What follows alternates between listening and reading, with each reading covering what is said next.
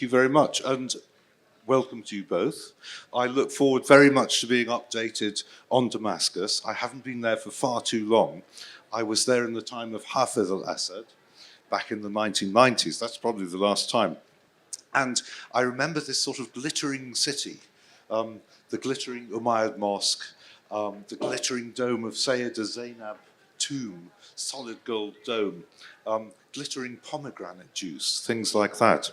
Yeah, it was a glittering city, but there was also this omnipresent darkness, which I'm sure both of you know very well.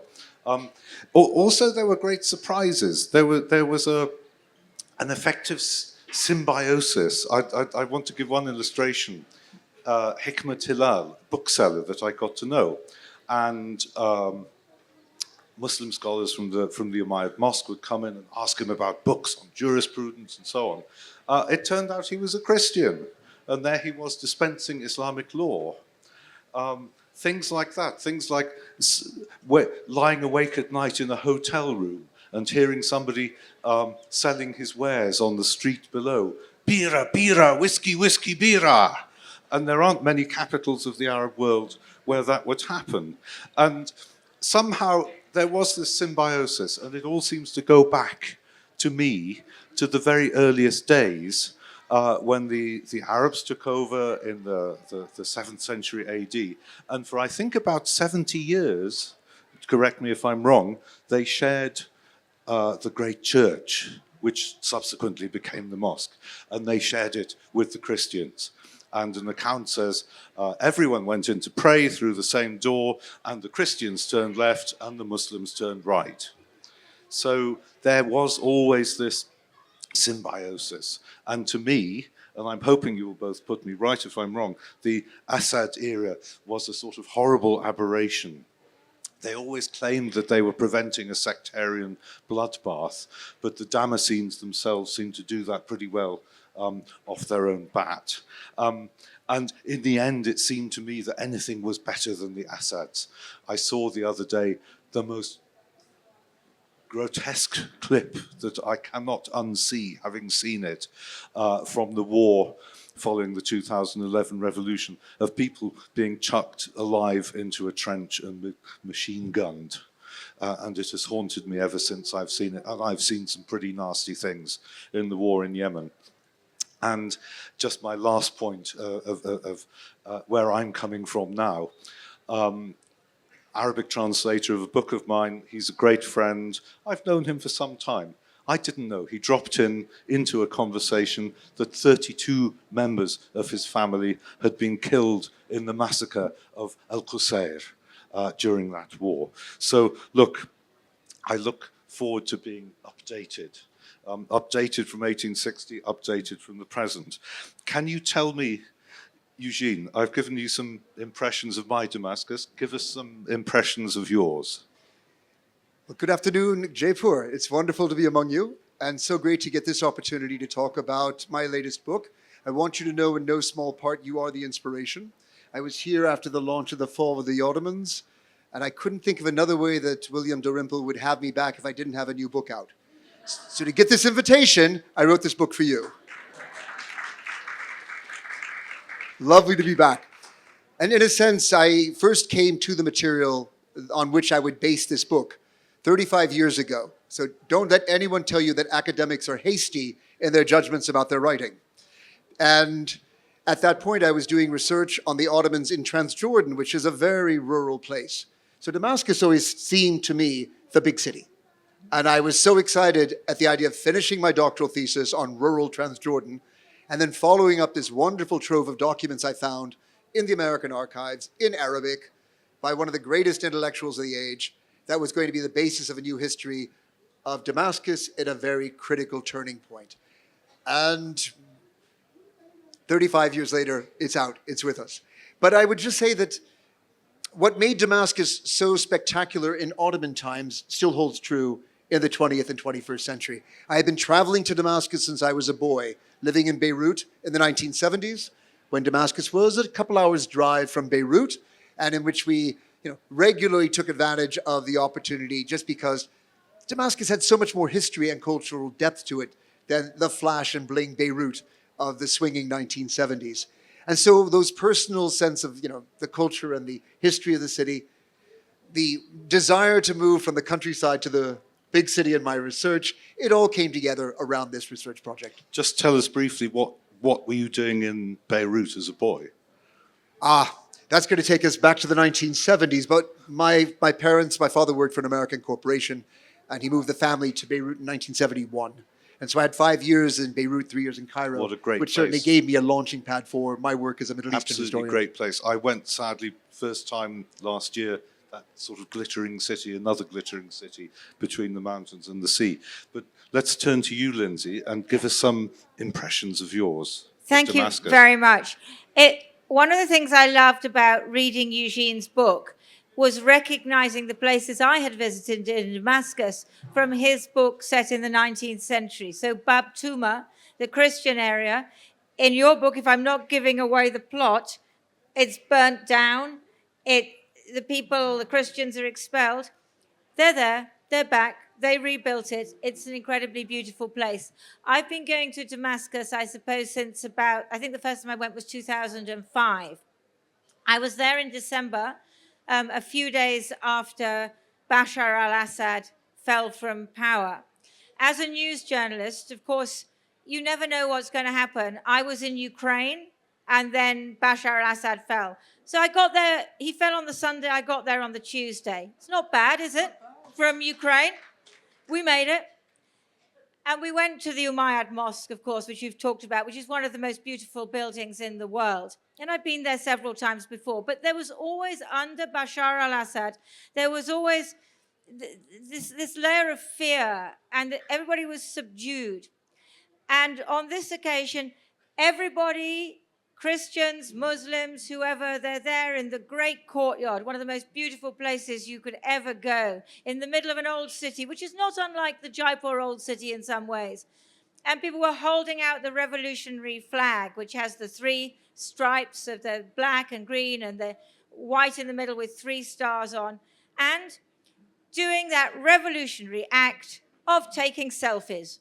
Because that's what everybody does in a revolution. And then everybody, come along, come and be in my picture, come and be in my picture. And then this was really interesting, because people said to me, are you Russian? I thought, wow. And I thought that is, Russians are the foreigners that they have seen in the last few years. Because I hadn't been in Damascus, I think, since probably 18 or 19. And those are the foreigners that they've seen. And then I was looking at the souvenir shops. I mean, not that, of course, I'm a tourist who buys things. I'm a very, very important, serious journalist, you understand. Anyway, just having a little look, this scarf comes from Syria. They have beautiful things. And, in amongst the turquoise work and the engraved silver bangles, Russian nesting dolls. There they were for the Russians. And then we drove north from Damascus to Homs, and we passed a Russian military vehicle. I said, oh, look, that's interesting, Russian military vehicle. Then another, then another, then another. 140 Russian military vehicles. And they stopped on the highway because one of them had a flat tire. And the Syrians, so we're filming, they're retreating in good order. They're withdrawing, obviously, with the permission of the new authorities. And the Syrians, well, I'm not going to show you the gesture the Syrians were giving them, but I think you can guess what it was. And Syrians I spoke to said, good riddance, good riddance. We've got our country back. We've got our city, Damascus, back. So you were a Russian. I spent quite a long time as a Korean in Sana'a. I can see that. Because, as you can all see, because the Koreans were digging the sewers. So any foreigner in Sana'a at that time was a Korean. Thank you. Look, let's get on to your book itself. Can you tell us in a nutshell what it's about? Absolutely, Tim. At the heart of my book is a massacre, which takes place in 1860 Damascus, when a large mob of thousands of mostly Muslims, but a mixture of Druze and other communities mixed in, targeted the Christian community. And for 7 or 8 days, they killed, they robbed, and they set fire to virtually every Christian home and shop in the city of Damascus. It was as though they wanted to exterminate the very presence of the Christians from their city. And when I told people the subject of my book, the first question I'm asked is, well, why did the Muslims kill the Christians in Damascus? So I write the first 4 chapters of the book to try and introduce you to the city, to its society, and what the changes that were going on in the first half of the 19th century were that took the Christians from a respected and protected, though distinctly second-class community in Ottoman Damascus and turned them into an existential threat in the eyes of their Muslim neighbors. Then the 5th chapter, the center of the book, is the massacre itself, and it's just a day-by-day of how the violence unfolded, because the violence that unfolded in Damascus is familiar to any other genocidal moment, familiar to us in modern history.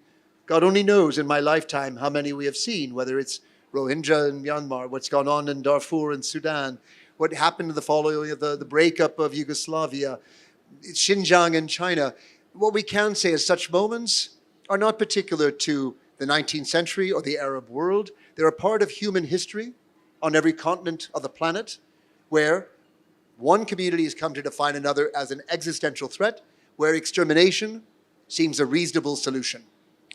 And then the second half of the book is just to trace when you've gone to the brink of genocide, and no spoiler here, but due to the intervention of certain virtuous Muslims of the city, 85% of the Christian population is spared. So we don't actually get the extermination of the Christians. I call it a genocidal moment. But then the question is, when you've gone to the brink of genocide, how does the society come back?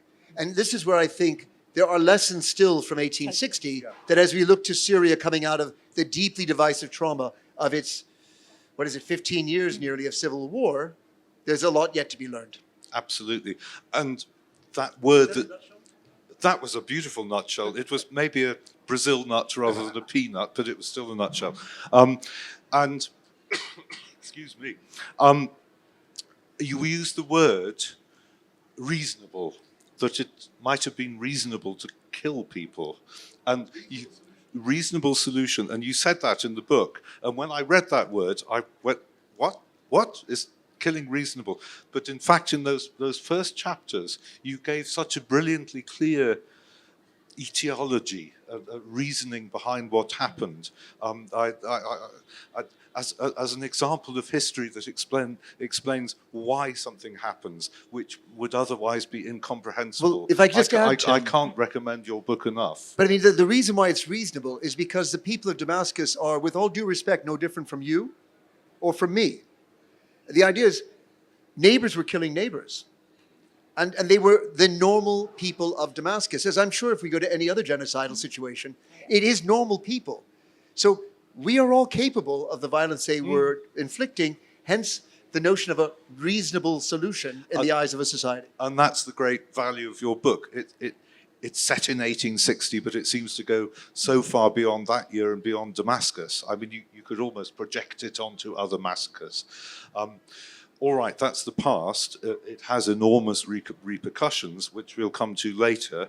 But can we come to the present with you, Lindsey, and talk about where Syria is now in a nutshell? Well, I think what I'd like to do, I mean, I'm always a bit careful of saying that there of historical analogies, because there are always differences, which one has to be very aware of. But when I read Eugene's book, I got quite excited because of this exact thing that you're talking about, which is about how a society gets over a murderous trauma.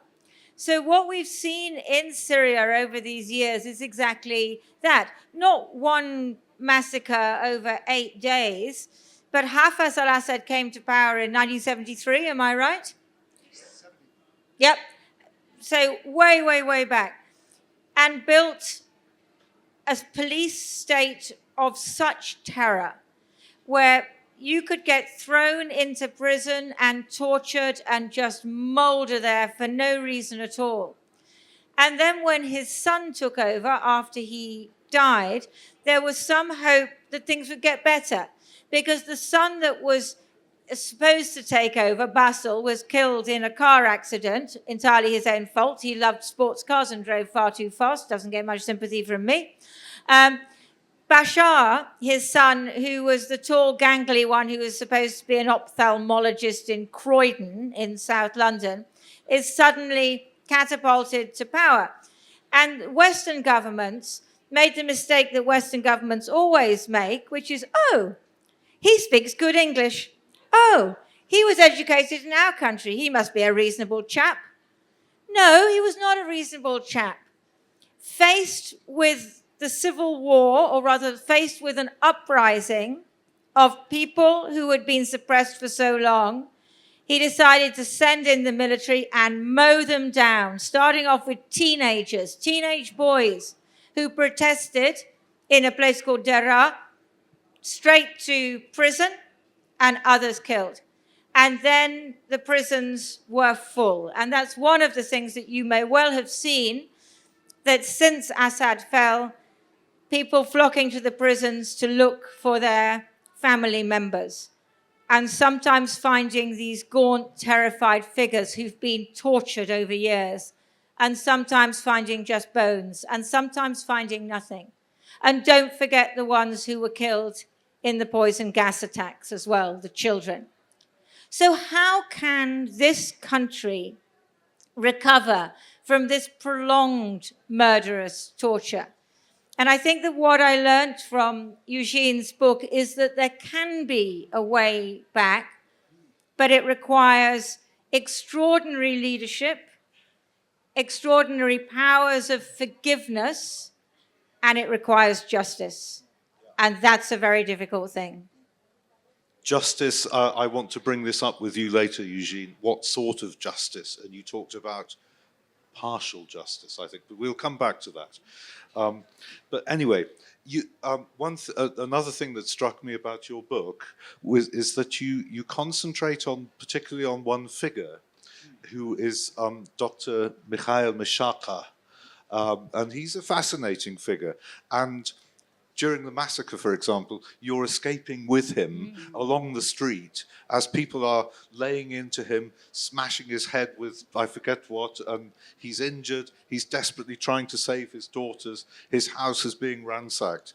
And as always, in journalism, in any account, if you can focus on one person, you give it much greater immediacy. And you do so through this Dr. Mikhail. So can you tell us a bit more about him? Well, this was my big discovery in the American archives 35 years ago. Mikhail Mishaka was a Renaissance man. He held about 5 different professions in the course of his life. He was born in 1800 in Mount Lebanon, settled definitively in Damascus in the mid-1830s when Syria was under the occupation of the Egyptian Pasha. So there's this period of Egyptian rule. And during that time, he also transitions to becoming a medical doctor.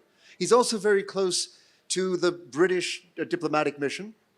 An enigmatic fellow by the name of Wood, who was a British consul in Damascus, was probably a spy for the British government, gives him protection as a British subject, and will be one of those recommending him when the young United States of America decides to open its first mission in Damascus in 1859. The other recommendation from Mishaka was he had converted from his native Orthodox Catholic or Greek Catholic faith to the Protestant faith that the American missionaries were preaching in Syria and Lebanon at that time. The thing that held him back, perhaps, was he didn't speak a word of English. And so everything he wrote was in Arabic, his native tongue, which he would then forward on to Beirut for translation. But it meant that when the papers of the American consulate and then embassy in Damascus were repatriated from Damascus back to Washington, D.C., it would have been an inventory with a bunch of books. And those books got shelved. But these 3 little notebooks in which Mishaka had kept his reports entirely in Arabic, of course, the archivists couldn't read. So when I tried to call them up, they couldn't find them. And they got frustrated with me repeating the request and invited me back into the stacks, and that's when I found them. And it was the most exciting archival discovery I've ever made, then and since. And what it gave me was a year before the massacre and a full decade after, where it was weekly reports. And the other thing was I had a 3-dimensional picture of who the man was from his own writings, he wrote a very famous history of these events, which in Arabic has the poetic title, El-Jawab al-Iqtirah al-Ahbab, or the response to the suggestions of my loved ones who kept saying, "You've lived such a great life, Mikhail. Write it down, man. We want your memoirs." In English, it was translated as Murder, Mayhem, Pillage, and Plunder, which is less prosaic. Anyway, a very Tabloid well-known journalism, quantity. come on, tabloid journalists, we do headlines. So a well-known figure, we even have a photographic portrait of the man. You just don't get photos of Damascenes from the 1860s. And so in that sense, he was going to be the dominant voice. But if I could have one more second. In the intervening years, I went around collecting other voices too. I didn't want to write a book based on just one person's testimony. And while Mishaka is central, and his weekly reports, which give you in granular detail what happened here and now, with no sense of what the future held. There's no hindsight. But alongside him, we have memoirs of 4 or 5 Muslim notables of the city. We have Fuad Pasha, the minister plenipotentiary. We have other Christians who wrote manuscript sources. And the fun thing was, I really was able to people this history of Damascus with a cast of characters that stay with you through the whole book. And I've never written a book like that before. It's almost like getting to write a novel in the guise of history. I wouldn't say you've turned it into a soap opera, but it has that immediacy and it really grips the reader. Lindsey, can you think of any particular person or thing, some kind of a hook that you've been able to give life to your stories through?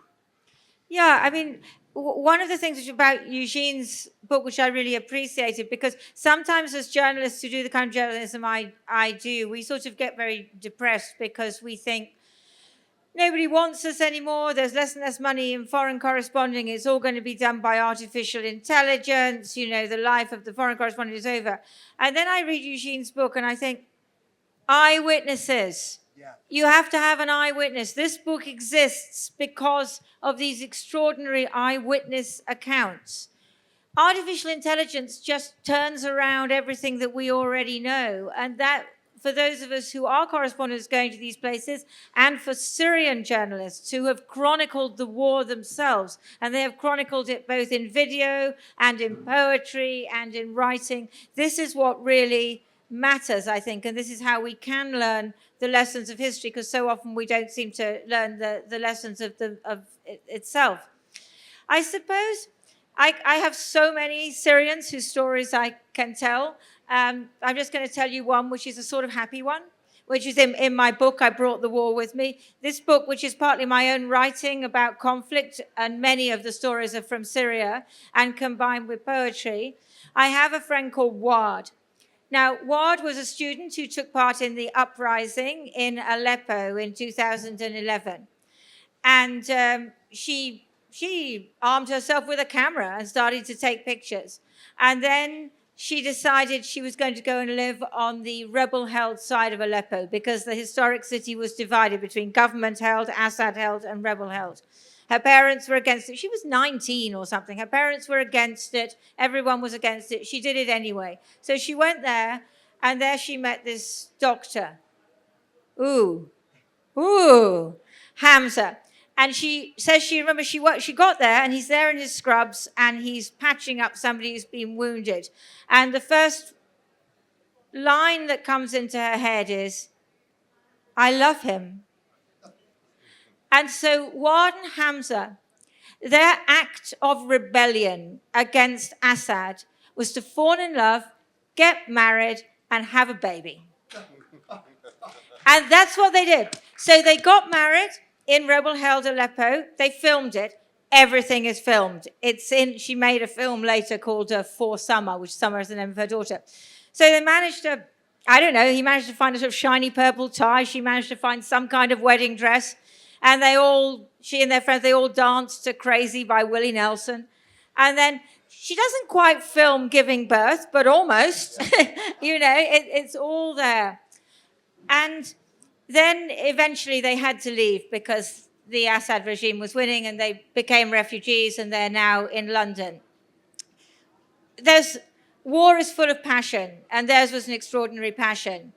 And sometimes when the war is over, you're no longer in it, the passion dies. But their love has remained, and they live in London with their 2 children, and they feel that they have never left Syria. It's in their hearts, and they will go back, and they will now, because of what's happened, be able to rebuild their lives in Syria with their 2 children and the love that they forged in the war. And that for me is actually a lovely, yeah, and may they do so. That for me is a lovely story as well, because it connects us completely unexpectedly through Dan Edge, but that's too long a story. And I think it shows that you might have artificial intelligence, but you cannot have artificial heart or artificial soul. And that's something I'm conscious of as a translator. And really what we're all doing is translating the past, translating the present. What about the future? I've been through 5 years of war in Yemen, where we were blitzed almost nightly. That wasn't the worst. The worst was seeing the country breaking up. And to be honest, I'm not at the moment optimistic about Yemen. But what about Syria? Are you optimistic? You seem to end your book on a note of optimism. You brought it up to the beginning of the 20th century, and I thought, thank God, at last a book of history that makes me feel optimistic. So are you still optimistic? Well, Tim, you can never give up hope on humanity. I mean, we're capable of a lot of bad decisions, don't get me wrong. But I'm going to put my hope in humanity. And I don't imply that history is a guidebook, but it does show us what's possible. And perhaps what came out of studying the reconstruction of Damascus after the massacre holds some lessons that will be useful for Syrians today, in the sense that it comes out of their own historic experience. It's not like some aid agency imposing what they did in sub-Saharan Africa to rebuilding Syria or something. You could look at their own historic experience, and what does it tell you? Well, it tells you need certain things to happen to be able to turn the page on the past and heal the wounds of a deeply traumatized and divided society. And Lindsey already touched on justice, and I think justice is a very important part of that. There must be some sense of accountability of those who did the violence being held to account. And already you can see that Ahmed al-Shara, now declared provisional president of Syria, is demanding of Russia the surrender of Bashar al-Assad. And there have been attempts to try and apprehend members of the regime responsible for the violence against Syrians. But while this process goes on, the longer the search for justice goes on, the more the tensions between society are perpetuated. And so there should be a limit to justice, and not a search for total justice.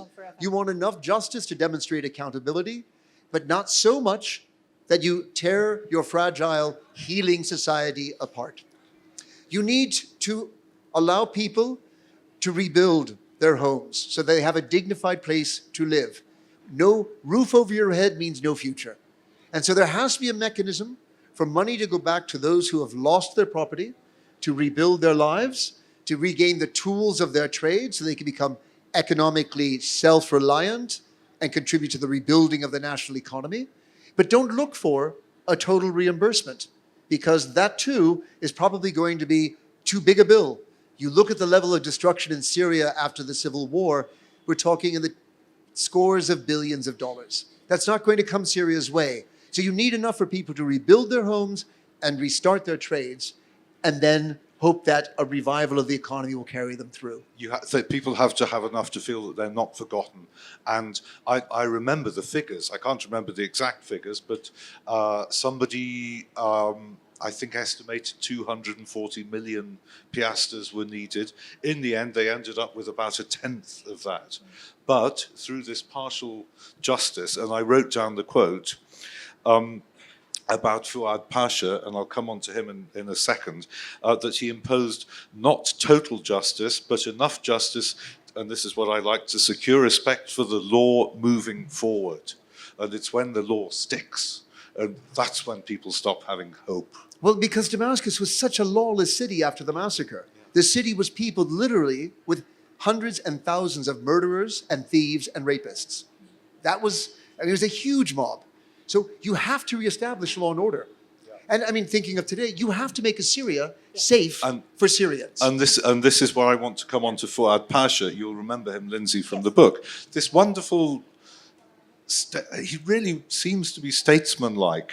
coming in from Constantinople, from Istanbul, and taking over and dispensing just enough justice, getting the ball of rehabilitation rolling.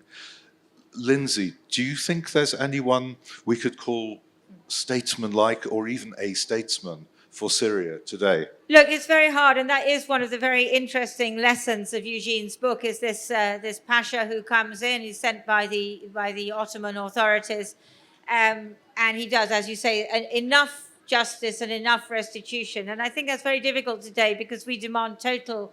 You know, we have the International Criminal Court, we have the International Court of Justice, all of these things, and the lawyers in the audience may have something to say on this, but as somebody who's not a lawyer, I know that not everybody can have justice, but you have to have enough, and how do you make that judgment? And it's to do with fairness. And the new leader, Ahmed al-Sharaa, previously called al-Julani, yes, he was a jihadi. And a lot of people are very suspicious of that. And his group, which was running Idlib, an enclave in northeastern Syria, was sanctioned by Western governments because it was allied with al-Qaeda. And these are facts. Now, he appears to be changing in the way he wants to govern, or his people want to govern. And we've seen this sartorially. So the first pictures of him, he's wearing fatigues and he has a beard down to his waist. And in the last one, the last interview I saw of him, he had a very nicely trimmed beard and seemed to be wearing a coat and tie. So you can see that change on the outside. He's got very good advice. But this is not going to be easy. You have... I mean, at one point, I think we counted more than 1,000 different rebel groups in Syria at one point during the war. And you have different regions, and you have different factions, and you have interference. The Israelis have taken a bit of territory. The Turks are bombing another bit of territory to keep the Kurds down. Then you're going to have the Qataris are coming in and doing quite a lot. What if the Qataris are coming in and doing one thing? Sure as eggs is eggs, the UAE will come in and try and do the opposite. So you have all of that. So in the end, it's what the Syrians can do. And one of the things which I think, one of the most terrible things that has happened is the refugees. Is so many refugees were forced to flee. But then those refugees, many of them have grown up and got remarkable educations elsewhere. And these are very patriotic people. So I'm going to read you a very brief poem from my book by a 13-year-old Syrian refugee who was in Oxford. And I don't think she's going to end up leading Syria, but I think she can do something. This was her poem, written at the age of 13. Can anyone teach me how to make a homeland? Heartfelt thanks if you can. Heartiest thanks from the house sparrows, the apple trees of Syria, and yours very sincerely, Amine Abu Karech. Beautiful, absolutely beautiful.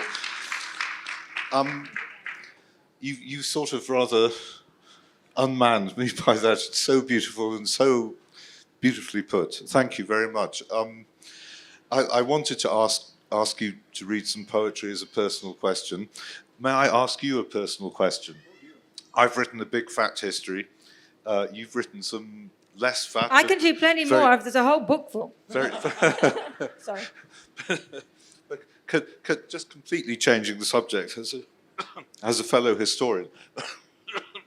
Why do we write history? In a very short answer. Because we can't do otherwise. We love it. Because you are teaching us what it's all about. That's why you write history. You write history so that people like me, who know bugger all, can actually have some understanding and background when we prance around the world trying to understand what the hell is going on. That's why you write history. No, but I will add to that. I write history because I did my first degree in economics. Yeah. And if you read that much economics, trust me, you're going to take refuge in history. Can I say something else? Yes, please. So another thing, so history. Syria, oh my God, Syria is so full of history and so full of beautiful things.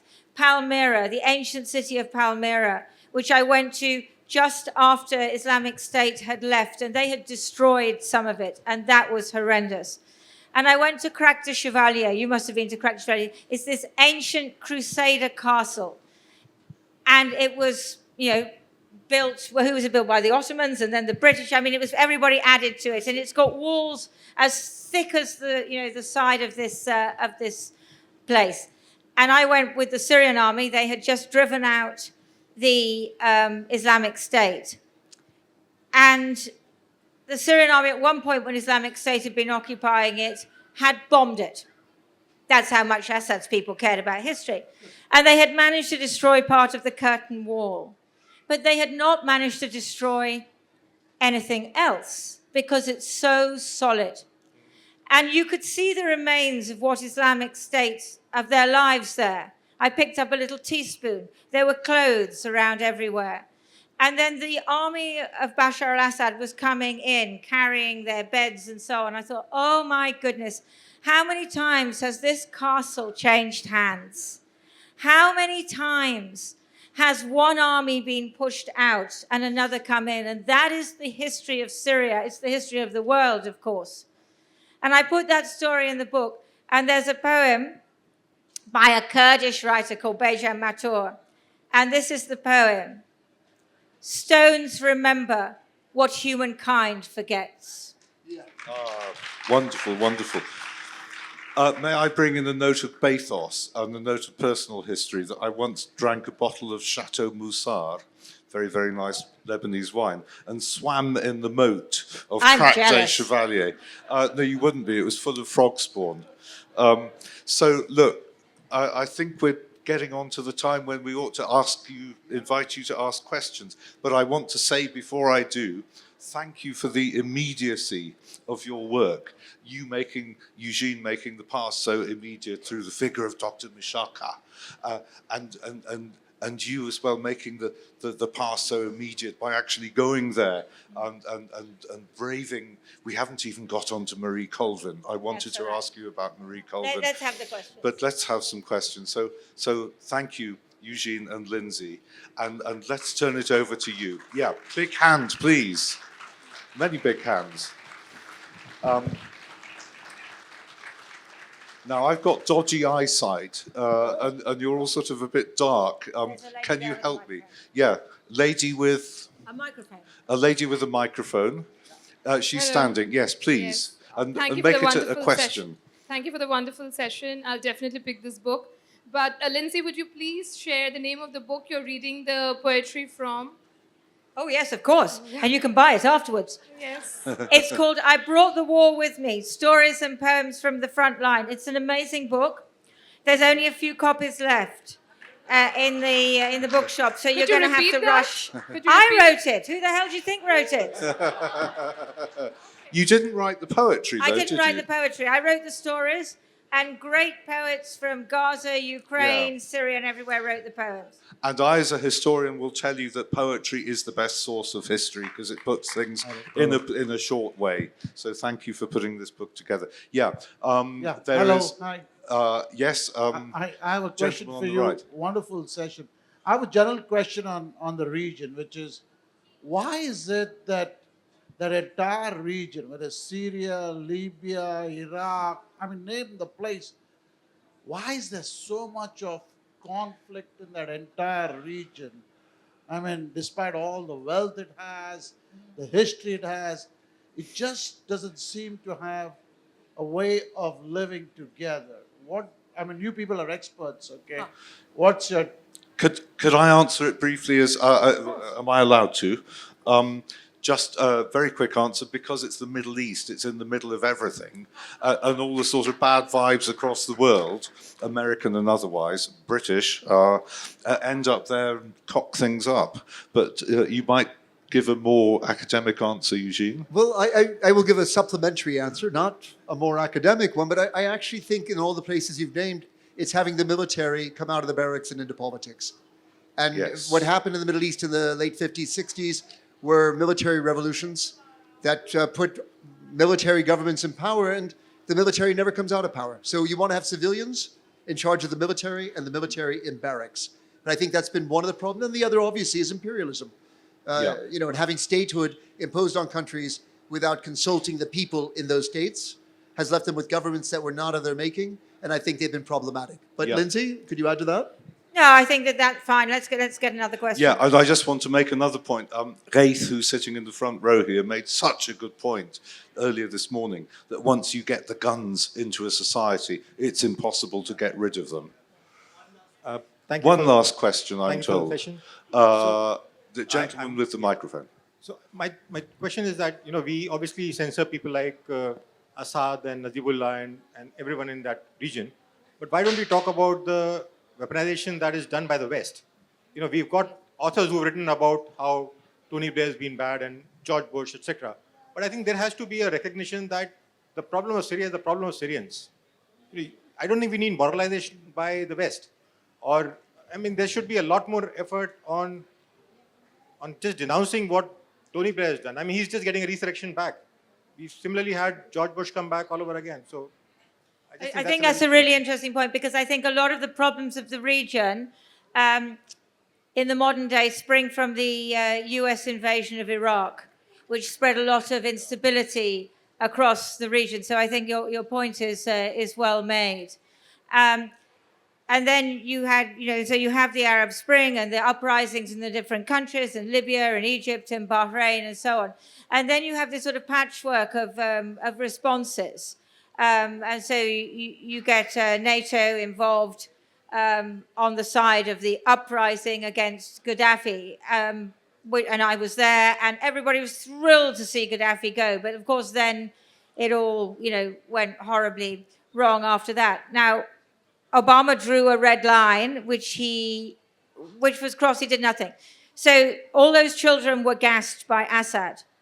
And that was deemed to be the most appalling crime, and that the West should intervene. They said they would intervene in the light of that, and they didn't. So what we have seen in Syria is a lack of intervention by the West, which many Syrians I know blame the West for that. So there's the intervene, and that messes things up. They don't intervene, and that messes things up. But one of the things which I think is very interesting about this moment, although, as we've discussed, you've got the Israelis taking, a bit of territory, and you've got the region getting very involved, what the people I spoke to really want is recognition from the West. They want these sanctions lifted so that they can rebuild. But there is a huge amount of pride on the part of many Syrians that they did this themselves, that they overthrew this regime. They did not have any outsiders coming in and doing it. And that, I think, is one of the reasons that a lot of the Syrians I know have a great deal of hope. And maybe on that note, we should finish. I'm so glad that we finished on a note of hope. And I thank you once more, Eugene and Lindsey.